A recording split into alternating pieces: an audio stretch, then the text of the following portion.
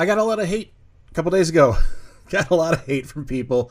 Some were understanding, some were just, interesting conversation to get started there, but a lot of hate, and it's okay. I kind of brought it upon myself. I broke the rule. I didn't stay in my lane and talk about Pokemon cards and perform for all of you like some sort of circus animal. I know. I had the very wild idea of stating how the Pokemon card market may have been affected by the tariffs.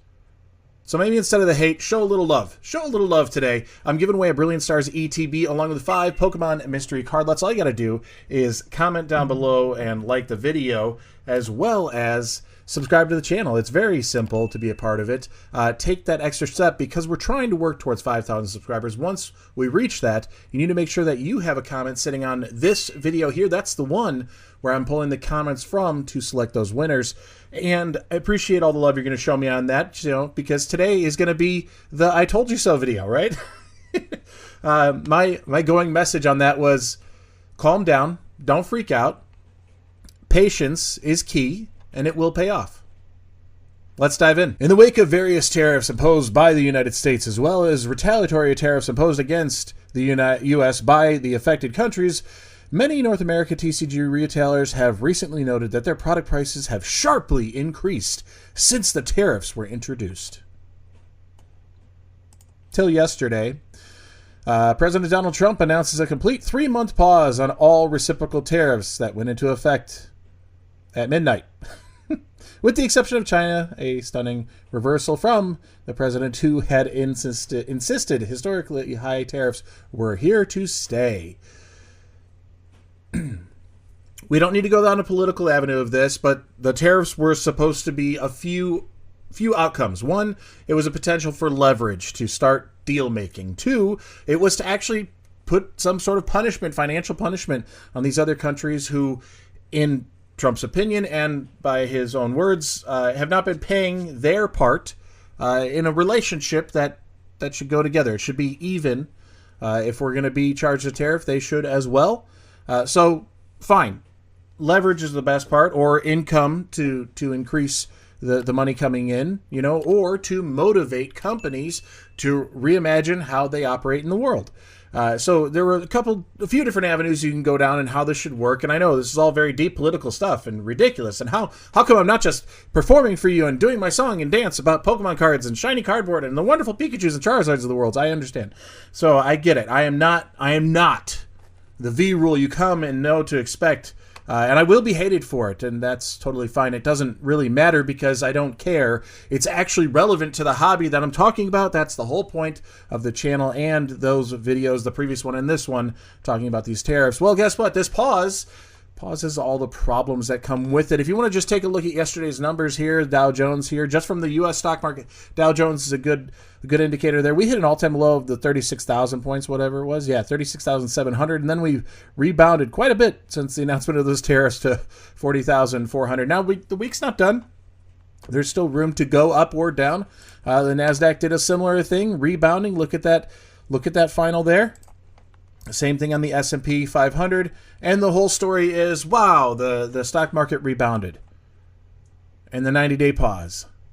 So now shops like, Pokémon can still charge over $110 for a $40 box, or $120 per box if you get it in the case.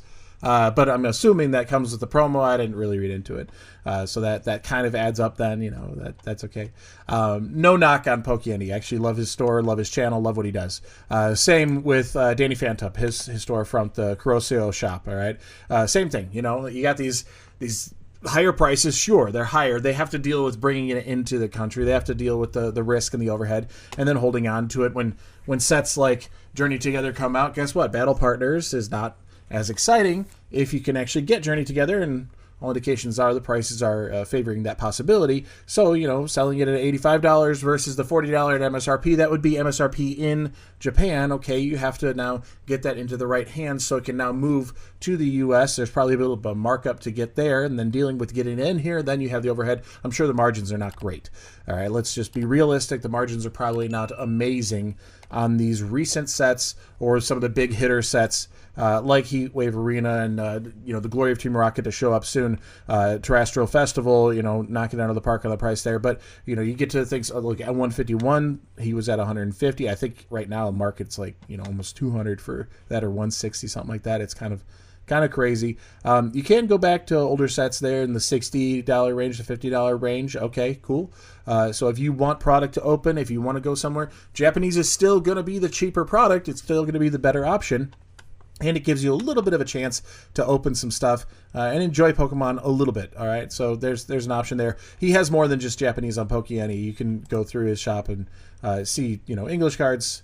He actually has some Journey Together packs here, coming in different setups and all that. So interesting story he recently did on YouTube concerning this particular deal.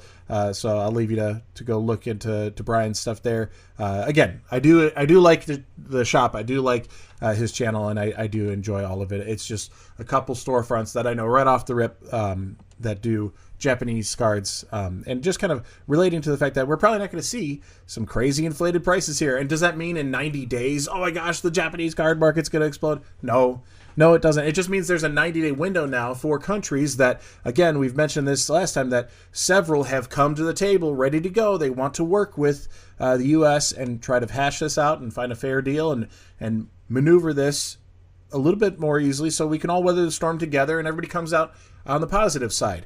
Of course, every country should have their own interest to succeed as a nation, as a sovereign nation. So no knock on that from any side. That's part of it. That's part of being a functional society on a global scale. All right. So we have to acknowledge that and realize that. But this 90-day window creates a big buffer. 90 days is a lot of time. I mean, if you put your mind to it, just putting a little work in every day, a tiny bit, 20 minutes, 10 minutes, 15 minutes, 20 minutes, an hour, 30 minutes, whatever you can, start stacking that up over 90 days of whatever it is you're doing, whether it's, exercising or reading more or just, doing some prayer studies or something, anything. If you're putting your mind to it, just learning a new skill, 90 days is a long time. You could really change a lot about yourself.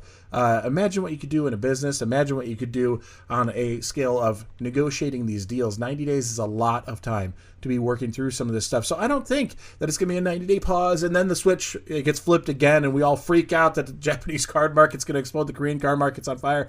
I don't think that's going to be the case. I think what we're going to see is this 90-day pause is going to give a lot of opportunity for these countries to come together, work this out, and find a way to go forward, and it really won't have any long-term effects on the card markets that we all wish and hope to enjoy over time, because still the boom is on, and Pokemon is not the easiest to come by, although there's a few better stories out there of finding things in the wild a little bit more frequently. Scalpers are starting to lose a little bit of steam, and whether they're holding out for destined rivals or they're bored of it and they're moving on to the next thing that they work on in their scalper lifestyle, I don't know. You know what? Well, time will tell. Again, that was the nature of this one. Patience is key, and it was really a week, not even, for us to be patient to see that this really isn't going to be more than a bump in the road of a conversation more than anything, because nothing actually happened as far as prices downstream to us. So, patience, no FOMO. Is the message getting through? And if you're going to take one message with you, even if you hate me, that comment counts. It's going to help you out on my Friday giveaways for the I Got It, You Get Away, I Got It, You Get It shorts. I can't speak, but whatever. Brilliant Stars ETB going out to one lucky winner once we reach 5,000 subscribers, along with 5 Pokemon mystery card lots. Again, the Friday giveaways from the shorts. Those are going, and hopefully you're enjoying that. If you're not, I don't know, but whatever. I got to do what I got to do. So, whatever. Like, comment, and subscribe. I am something else today. Just all my head spinning. It's all over the place. But maybe I just needed the short of loosening up on this one, making fun of myself and the reaction to the previous video. But I do post 7 days a week, so there's always something to say about this. I'll see you tomorrow. Peace.